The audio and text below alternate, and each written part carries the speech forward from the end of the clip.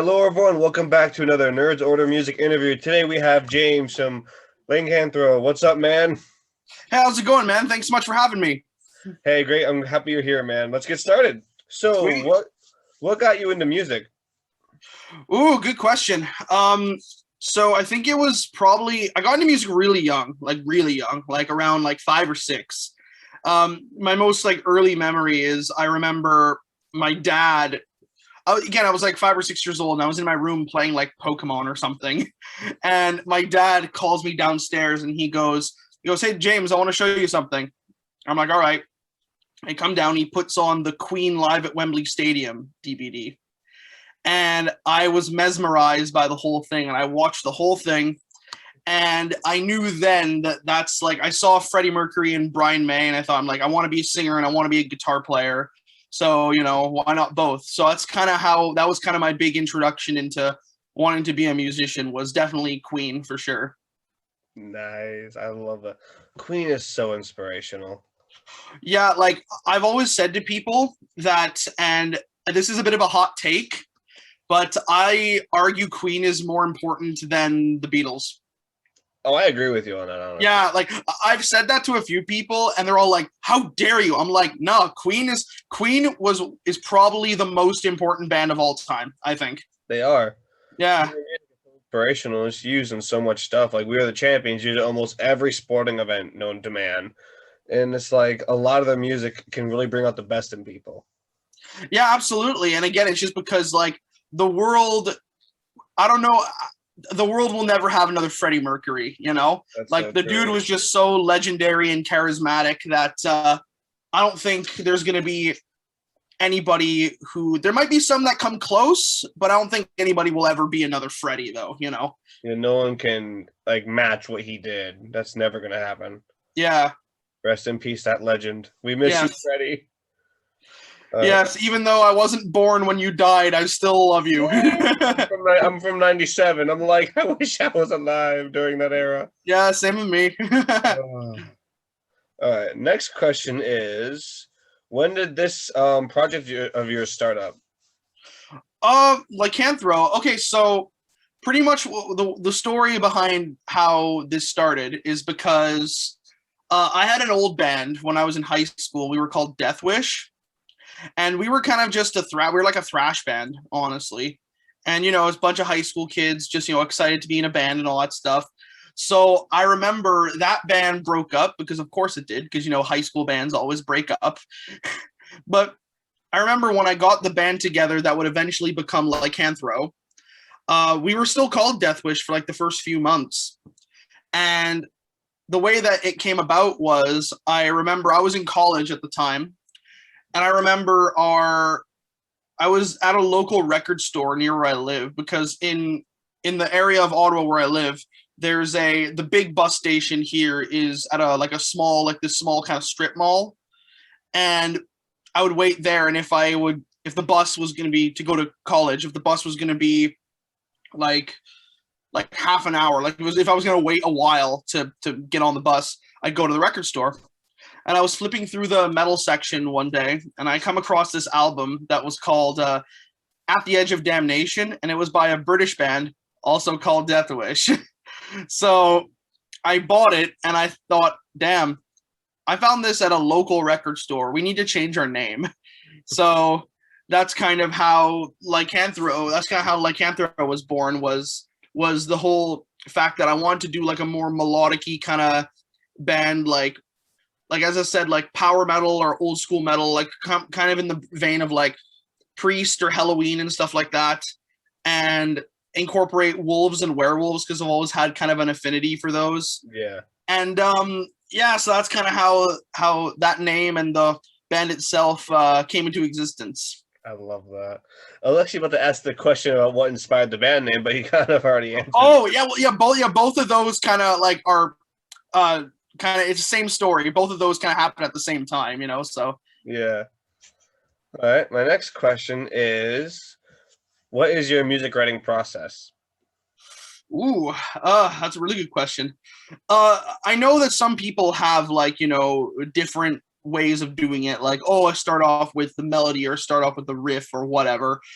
For me, it's very kind of, it just depends on what comes to me first. Like, if it's no two songs I write kind of start the same way. Like, I always either will have a riff and I'll try and build something off of that, or a melody, like a vocal melody, and I'll try and build something off of that, or sometimes even like lyrics, you know, which lyrics can be probably the most challenging because they'll have the lyrics, you don't have any melody or idea what the riff's going to be yet, you know? So that's kind of how that kind of goes for me. And usually it kind of happens pretty organically from there, because when it comes to our songwriting, I always, well, again, back to what I was saying about, like, this is like the Queen thing, is that I never try and write the same song twice. And I always try and approach things a different way. So I don't really have a concrete way of how I approach writing songs, but it usually comes down to starting off with, usually the melody is like the best way, like the correct way to start. But sometimes it's a riff, sometimes it's lyrics, you know, sometimes it's even just a guitar lick that won't be the main riff, it'll be some part in the song, you know. So usually it kind of starts from like the bass, like the first thing I come up with, and then it kind of just sprouts from there in whatever direction it goes, you know? Yeah. All right. My next question is, let's get into this new album you're releasing. Tell me about that. Yeah. Mark of the Wolf is, it's been in production for a long time, actually. We, recorded it sort of half before the pandemic, half after, like, it started.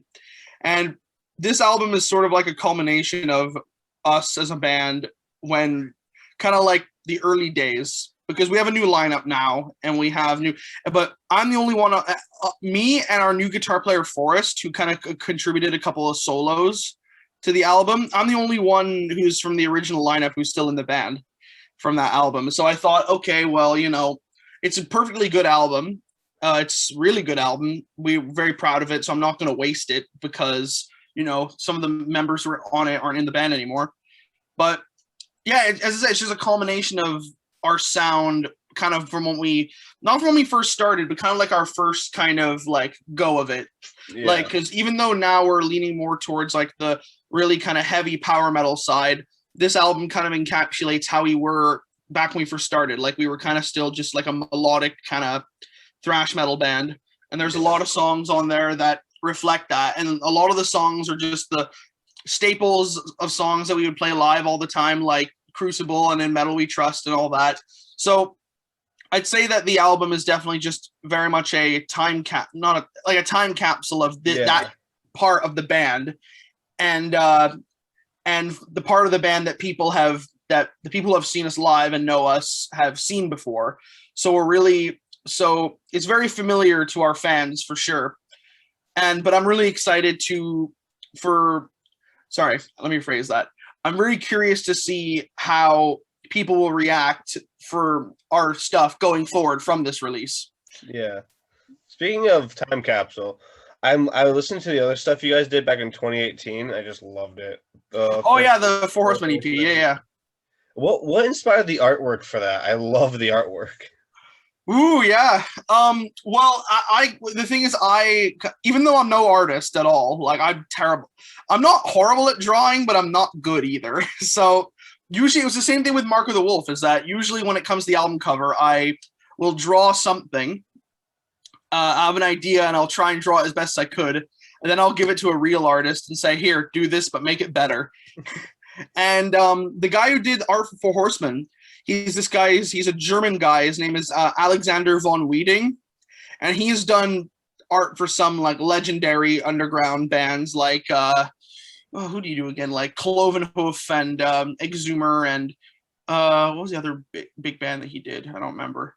But yeah, no, and I liked his style because it was very like comic booky, you know? Yeah. And Four Horsemen of the Apocalypse is like a very loose concept album, because the idea behind it was, have 4 songs and have each song be about each 4 horsemen of the apocalypse. And I drew this mock-up of I had the idea of 4 hooded figures, and they're staring at, and they all kind of have their hands kind of like this, and the world is right there. Mm-hmm. And that's the idea I had. And I just said, okay, do this and make it better. And he added all the other like really great touches that I never would have thought of. Like he added like, oh, they're in space and they had the world's bleeding from the bottom. Yeah, And I you know, love it's that.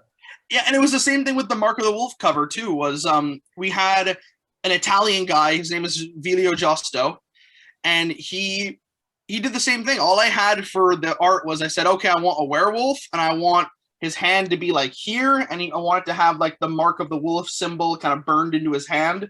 That's it. And he added all the really cool touches that like the mark that's on the hands also like in the background in the sky. And this werewolf, he's in like a mountain pass. Like on one side you see like a trail, and on the other side you see like a waterfall. And so yeah, no, I really love the artists that we pick because, as I said, I love when they add stuff that I wouldn't even thought of myself, and that's what makes it, and that's usually what people say. Oh, that art's so cool, you know. Definitely. When I first saw the Four Horsemen of the Apocalypse, I'm just like, the art style just drew me in. I first saw that when you were talking with the Revel of Autumn. I'm like, this guy looks interesting. I look at the band, I see the EP, I'm like, okay, I'm already drawn in. Because the artwork sold me. I'm just like, yes, I love art like that. You have no idea how many people have said that because, again, we're a relatively, like I said, we're a relatively smaller band at the moment. So when we had the Four Horsemen CDs, like when we were selling them at shows, you have no idea how many people have said that. They like bought it based on the art, and then they listen to it and they're like, oh, the music's great too. So I think that's a really good. I find personally that you will get a lot more listeners if you have good art for your album cover, because I've seen many bands who they'll have really good albums, but the album art is not shitty, but like just very like mediocre. Yeah, just mediocre, you know. And I'm like, yeah, that's not going to draw in potential new listeners because they'll see it, they'll be like, oh, you know, like I've seen bands, and this kind of is a big pet peeve of mine. I've seen bands where they'll release something that's literally just their logo and the name and nothing else. And I'm just like, come on, you know, that's just. See, AC/DC did that when it was cool, but it's no longer in style. Yeah, like, yeah. When they did the album with all like where the whole thing was all black with just AC/DC. See, that worked back then. That doesn't work anymore. Yeah, like I find that that's one of the big problems nowadays with a lot of that stuff, because I find that way too many bands now are trying to copy kind of the older bands, and I'm like the one I see the most is Metallica, you know, like I see all these bands trying to be Metallica, and I'm just like, look, Metallica's Metallica. You can't be, you know, you have to be yourself. Yeah. It's like be original. Be original. Yeah, like for example, I remember in my high school band, in Death Wish, one of the things I remember I was always very adamant about, and I'm still am, was you have to dress cool on stage. You know, you're a metal band. You have the liberty to dress with more, you know, pizzazz, you know, and stuff like that. So I would always say to my bandmates, look, it doesn't have to be anything, you know, over the top, but we have to dress like the genre we play. And I remember back when I was in high school saying that, and, you know, typical high school band, we all like argue and stuff. So our guitar player at the time was like, he goes, no, man, we just go on with jeans and t-shirts. Metallica does that. I'm like, yeah, and that's Metallica. Because Metallica were the band that said they were kind of like okay, you know, we dress like this because we're just like you. We're Metallica, you're Metallica. You know what I mean? Yeah. And I'm like, yeah, but that's been done now. Every band that does it after them now is just like, it's just a tired cliche now, you know? You have to like do your own shit, you know? So yeah, that's kind of that's one of my big kind of rants when I see too many bands doing that and having, like, as you said, the boring album covers with like the AC/DC-esque, oh, just the logo and the name and maybe a little thing in the background, you know, like. See, back then they were able to pull it off because that was still a thing that was in style. That's not as much as it is today. Yeah, pretty much. Speaking of AC/DC, ADHD Highway to, hey, look, a squirrel. Oh, I was actually going to comment on that shirt at some point. It's sweet. I know. I found this a few years ago and was like, I had to have it. Since I'm a big AC/DC fan, I'm like, this is perfect. And I have ADHD, so I'm like, this works. I'm making fun of myself. I don't care. I love it. But yeah, no, it's like, Speaking of CDs now, I have to buy that CD. Remind me later. Sweet. I'll send you the link.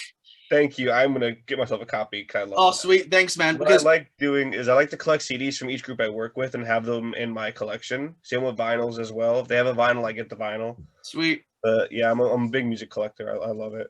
Awesome, man. Well, we actually might have a vinyl for the album too. We're just talking with the label about it because we've had a lot of people ask for it. And I said to the label, I said, look, I know vinyls are expensive and all that, but we have lots of people here who've been asking for them. Will you do it? And he goes, I'll think about it, So yeah. But yeah, no, I'll send you the link, and anybody who's watching this later on, link in our bio and all that stuff. Go pick up the album. We're currently at 20% of our pre-sale goal. So ooh. I cannot wait. If this gets a vinyl, I'm ordering it so fast. Sweet. I just pre-ordered the one from Reality Suite. They're releasing theirs on vinyl. I'm like, yes, because I work with their label owner and them quite a bit, and great people, I swear. Sweet. And it was funny how you contacted me to do this through Arrival of Autumn, because those guys are great. I love those guys. They're sweet. Ty, I'll always see in the comments of my streams and stuff like that, and he's just they're all sweet as hell guys. It's funny because on my live stream show on Instagram, they weren't even originally going to be on. I did a stream with a friend of theirs, and they just showed up in the chat. Like, that's actually how I got a lot of the guests, like the bigger guests that I've had, is that because the thing I always say to people is that you never know who's going to show up in the chat. Yeah. So a lot of the bigger names I've gotten are people who I've seen show up in the chat. I message afterwards and be like, hey, do you want to come on the show too? And they're all like, yeah. And the Arrival of Autumn guys were definitely one of the most fun ones I had, because those guys are just, they're all hilarious. So then the little anime filter I saw going on in that video, I was laughing so much. Yeah, I have to do that again, because I have to do that. It's one thing I'm gonna do at some point with a stream is that I'll just start off the stream with the anime filter, and then when they come on, I'll just be like, "Hey, how's it going?" And then they'll just be like,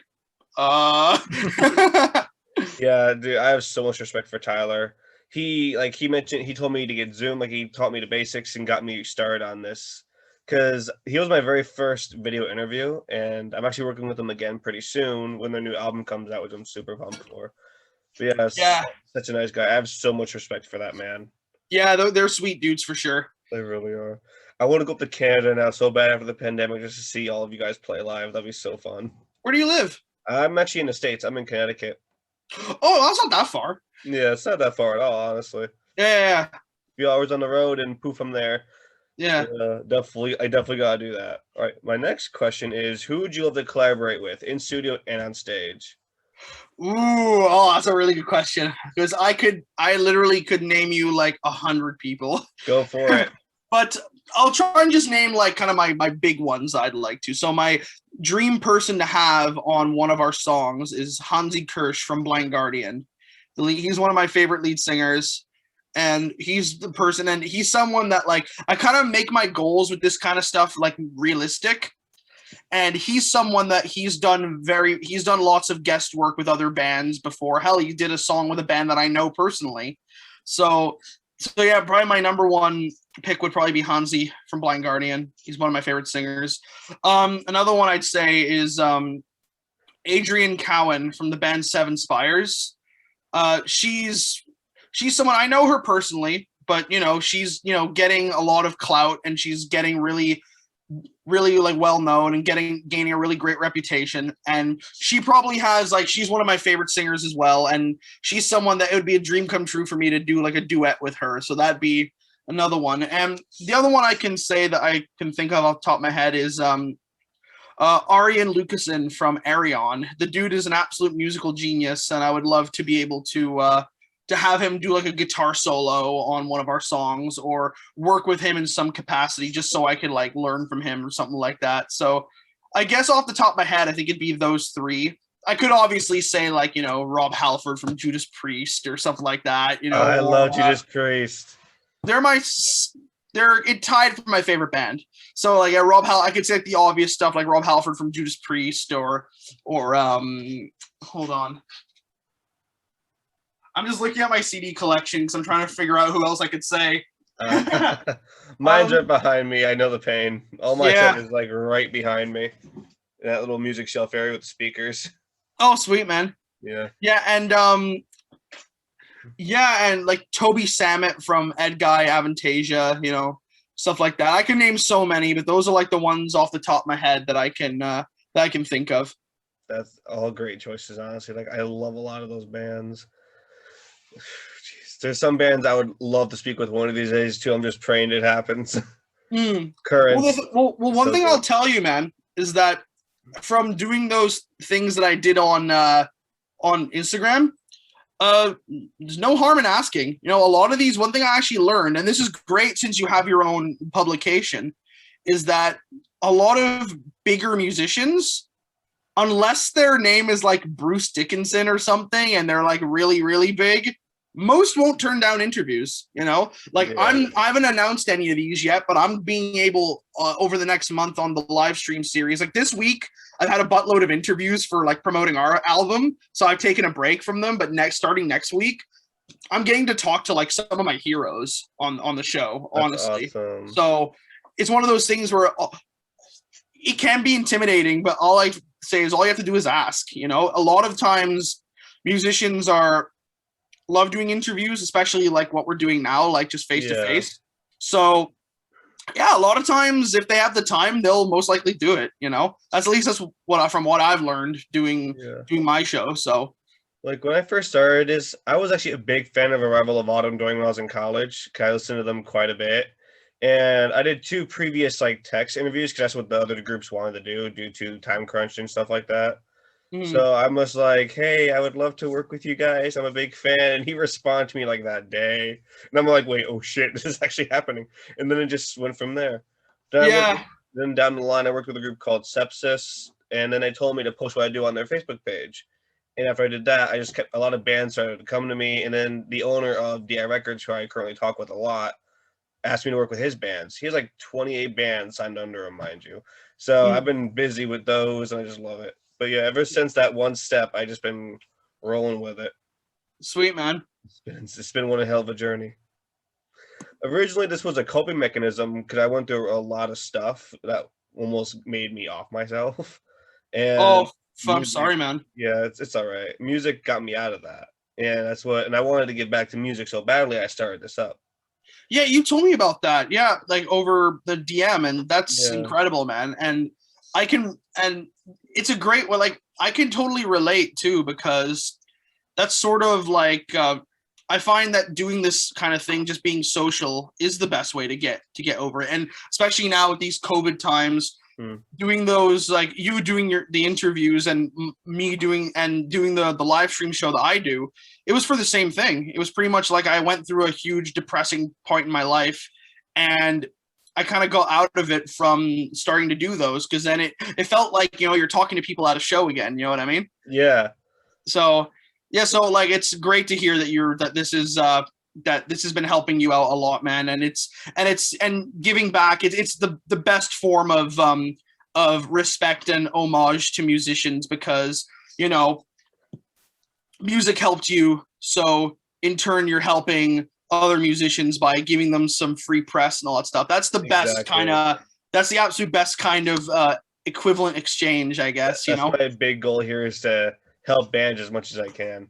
Mm-hmm. One day I'm hoping I can talk to Currents, because they're the ones who got me on this journey. I would love to speak with them someday, but that's still a dream, but it might be a reality. Who knows? Because like I said, I've been doing this ever since to give back. And the label I work with, DI Records, the owner actually messaged them for me, and they responded to him wanting me to send over my stuff. And I'm like, okay, I'm just still waiting to hear back from them. But Sweet, it's man. Like they actually responded to him, so I might have a chance. Sweet, man. Awesome. It's insane. But yeah, no, like metal has been like my home genre for years. Like I listen to all sorts of music. I can go from orchestra to thrash metal in a day. But I always return to metal because metal has, in my eyes, the most meaning with its music. Yeah, I find metal music is probably, out of most of genres of music, it's definitely one of the most honest, for sure. Because metal music, I find with most bands, when it comes to their music, no one's fake. Everyone's like, this is me. This is what I represent. Take it or leave it. You know what I mean? Yeah, It's exactly. very honest music for sure. That's why I love Currents. Like all their songs hit so hard. I'm over here thinking to myself, like I was just processing everything as I was going through that depression, and that music woke me the hell up. Like the Mm. song Shattered, I'll send it over later. That song really opened my eyes. And then Now I know what you mean. Well, I have a band that's similar to that. Actually, was my favorite band of all time. They're I don't know if you know them because they were kind of big in the States, but they're way more big in Canada. Do you know Triumph? I've heard of them. I have heard of them a lot. Oh, They sound very familiar. they were so Triumph were a band from back in the '80s, and they were often kind of compared to Rush because they were like another Canadian three-piece. Yeah. But they don't sound anything alike. Rush is like prog, and these guys were more like hard rock, arena rock. And Triumph, I always say, along with Priest, they're my favorite band because for the same reason.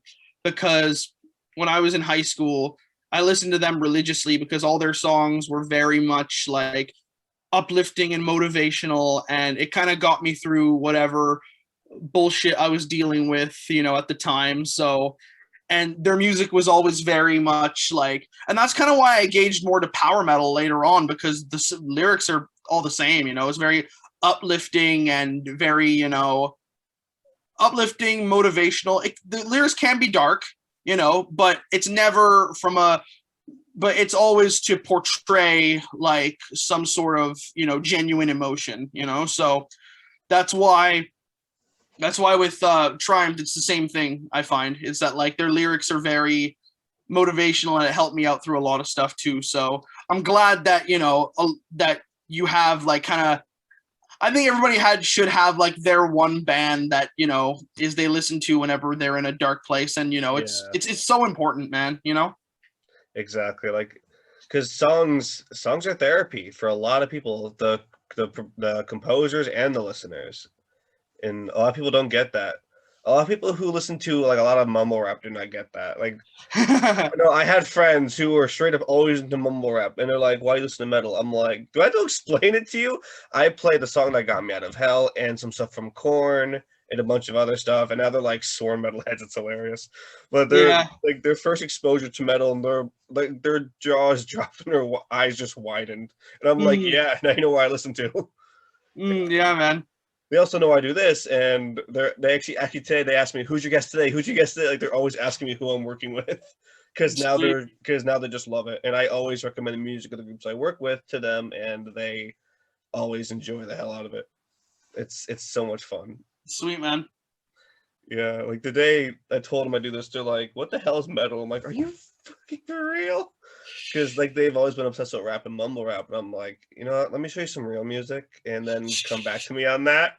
And like within 5 minutes, I sent them a song. They both responded with, "Teach us more." That's not even a joke. They're like, "We want to know more of what you listen to," and it was by far the best reaction I ever got out of someone. Oh, good times. Yeah, dude. All right, my final question of the evening is, what is next for you and your band? Well, besides the album. All right. So we actually confirmed like yesterday or 2 days ago our very first show actually for 2022. I can't say what it is yet, but it's a festival show. It's here and we're really excited for it. So there's that. We're going to be going back into the studio before the end of the year because even though we're promoting Marco the Wolf, we always have new music at the ready. So we're going to the studio to record a new release. Probably going to be an EP.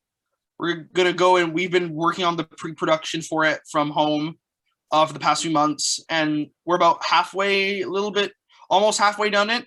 So we're going to keep working on that until the summer, and then probably around fall, early winter, we're going to go back at the end of the year. We're going to go back into the studio and record our next release. And yeah, that's about it. Still going to be doing all the live stream chats and all that, and just trying to put out new diverse content for everybody and on our Facebook, Instagram, YouTube, all that stuff. So yeah, that's pretty much it. That's awesome. I can't wait. I love watching your live streams. I get so excited when I pop up. I'm like, yes, another one.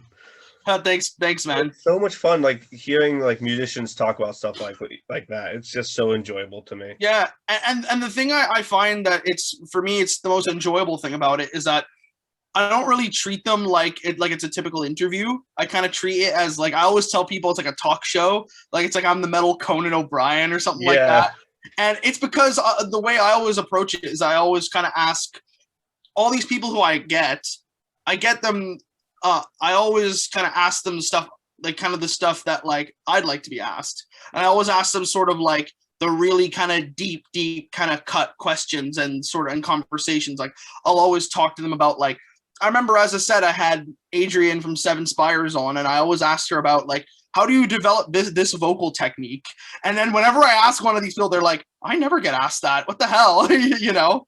So yeah, they've been very, very awesome for us, and it's been great to be able to get to know some of the people, kind of like what you've been doing as well. It's like getting to know, you know, your heroes, you know, because you know some people say don't meet your heroes, but I don't think it's as bad as you know some people think. I can count the number of assholes I've met in metal in like probably one hand, you know. Yeah. Most people are very, very chill. So for real, like you find a lot of assholes more in the mumble rap community, if anything else. man, it seems like there's a trend here. You must really not like mumble rap. I had bad experience with it, but I mean, not all rap is bad. Some is, some isn't. It depends on the artist. Yeah, like rap isn't my. I'm not really a fan personally, but I can, you know, I can tell when someone's talented, you know. Yeah. Like I have friends, I have people I know who rap, and they're fantastic at it, you know, and they are definitely. It's like it's their thing, you know. It's their and they're genuinely talented, you know. So because rap vocals is not easy, you know. Like the way you do, like when you like this is coming from a perspective of a vocalist, when you actually find out like the techniques that legit like hardcore rappers use, it's difficult. Like it's very like it's probably the most difficult articulation of any vocal technique, you know, because you're saying all these words at like a mile a minute, you know, and it's really hard to do that. While in metal, a lot of times you'll have very long, stretched out vocal lines because you want to flex and show, oh, I can hit this high note and hold this note for this long, you know. But in rap, it's the opposite, and it's both are equally as difficult because rap's like, okay, I have to say as many words as I can in a minute, and it's you know, so those people are very talented as well for the ones who are genuinely good at it. Like people who are genuine, like Eminem and stuff like that, I do like their stuff. I really do. It's just the newer age where everything is mumble and you can't really understand. That's why I'm like, that's not my style. Yeah, it's not my thing either. Yeah. Goodness, I love doing these. It's such a blast. You meet a lot of fun people doing this. Yeah, man. Well, thanks so much for having me. This has been really fun, you know. It's been an absolute blast, man. Thank you for being here. This has been another Nerds Order Music interview. Today, our guest was James from... Crap, I forgot the name. From... Lycanthro. I'm so sorry. As I said, I know there's lots of different pronunciations. Yeah. You have an awesome night, man, and take care. Yeah, thanks, man. Pre-order our new album, Mark of the Wolf, by the way. Oh, I will. I'm actually going to be doing that whenever the pre-order is available. Oh, they are available. Oh, really? Oh, I'm doing it tonight then. Yeah, I'll send you the link. I'm just saying for the people who watch this. So that too. Go listen to our single and pre-order the album if you like it and all that good stuff. All links will be in the description. Have a good night, everybody.